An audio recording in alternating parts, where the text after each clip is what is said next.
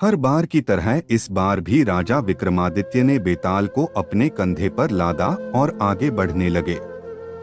सफर लंबा था, इसलिए बेताल ने राजा को फिर से एक नई कहानी सुनाई। बेताल कहता है, यह कहानी है विधवा भागवती और उसकी बेटी धनवंती की। भागवती के विधवा होने के बाद उसके पति के रिश्तेदार उसका सारा धन लेकर भागवती और उसकी बेटी को घर से निकाल देते हैं। इसके बाद दोनों मां बेटी दूसरे नगर के लिए निकल पड़ती हैं। रास्ते में दोनों एक जगह आराम करने के लिए रुकती हैं, तो वहां एक सिपाही एक चोर को बांधकर रखे रहता है। चोर को प्यास लगी होती है। वो भागवती और उसकी बेटी धनवंती से पानी पिलाने के लिए विनती करता है। पानी पीने के बाद वो मां बेटी से सारी बातें पूछता है कि उनके साथ क्या हुआ था। सारी बातें सुनने के बाद चोर धनवंती के साथ शादी करने की इच्छा रखता है। यह सुनकर भागवती को गुस्सा आता है और वो उस सिपाही को चोर की बात बताती है। सिपाही भी चोर पर गुस्सा जाहिर करते हुए कहता है कि कुछ दिनों में तुम्हें फांसी लगेगी और तुम शादी करने की बात करते हो। यह सुनकर चोर कहता है, बहुत पाप किए हैं मैंने, अब लगता है कोई तो हो जो मरने के बाद मुझे पानी दे सके। मेरा कोई बच्चा नहीं है, मैं चैन से मर भी नहीं सकता, भूत बनकर भटकूंगा मैं। यह सब सुनने के बाद सिपाही वहां चोर को बांधकर आराम करने चला गया।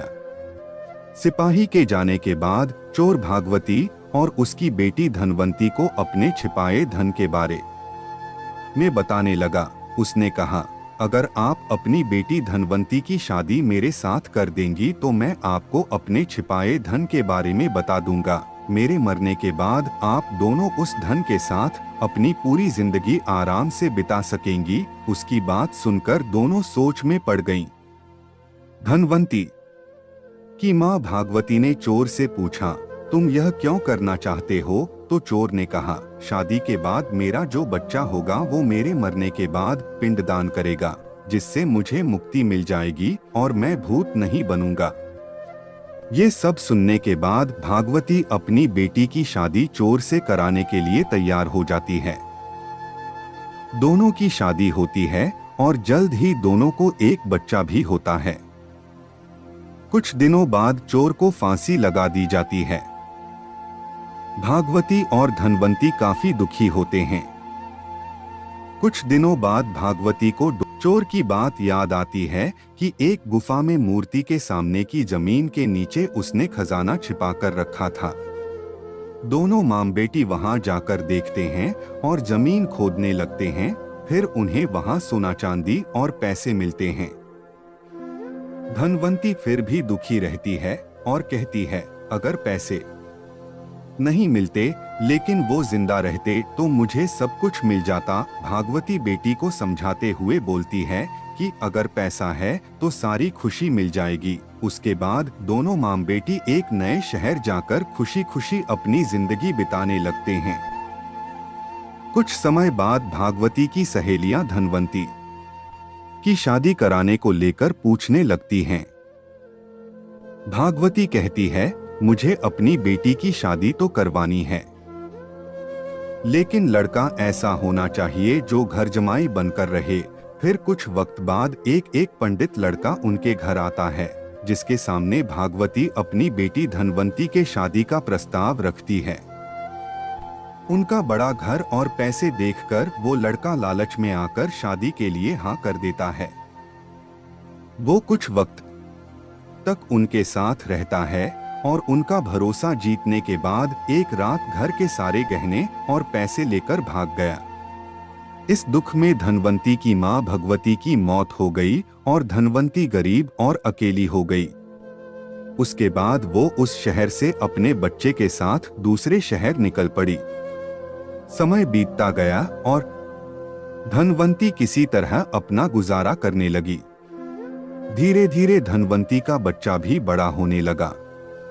एक दिन दोनों मां बेटे रास्ते में भटक रहे थे कि इतने में उन दोनों की नजर एक राजकुमार पर पड़ी, जिसके गले को एक अजगर ने जकड़ रखा था। धनवंती के बेटे ने उस अजगर को काफी मुश्किलों के बाद राजकुमार के गले से निकाला, लेकिन अफसोस तब तक राजकुमार की मौत हो गई थी। इसी बीच राजकुमार के पिता, जो कि उस राज्य के राजा थे, वो वहां पहुंच गए। बेटे की मौत से वो काफी दुखी हुए, लेकिन धनवंती के बेटे के साहस को देखते हुए राजा ने धनवंती के बेटे को गोद लेने का फैसला किया। धनवंती और उसका बेटा महाराज के यहाँ रहने लगे।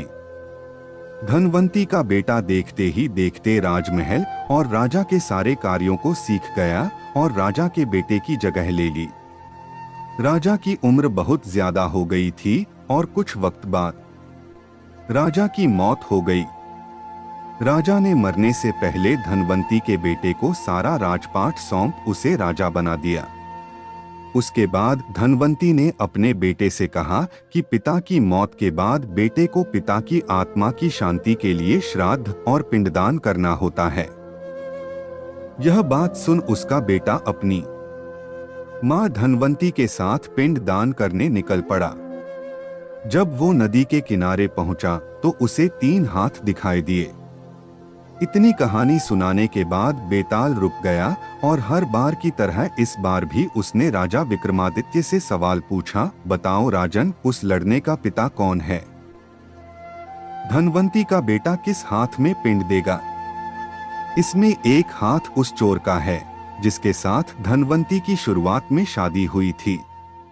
दूसरा हाथ उस आदमी का है जिसने धन की लालच में धनवंती से विवाह किया था, और तीसरा हाथ उस राजा का जिसने धनवंती के बेटे को गोद लेकर अपने बेटे की तरह रखा था।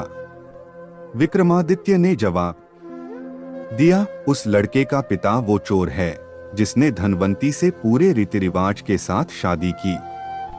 दूसरे व्यक्ति ने लालच में धनवंती से शादी की थी और राजा ने बस अपना काम किया था। चोर ही धनवंती का असली पति और उसके बेटे का पिता है, क्योंकि उसने धनवंती के लिए बिना किसी स्वार्थ के मरने से पहले धन छोड़ा ताकि वो खुशी से आराम की जिंदगी बिता सके। यह सुनते ही बेताल बहुत खुश हुआ और वापस घने जंगल में उसी पेड़ पर जाकर उल्टा लटक गया। दोस्तों, कहानी अच्छी लगी हो तो वीडियो लाइक करें, चैनल को सब्सक्राइब कर दीजिए। धन्यवाद।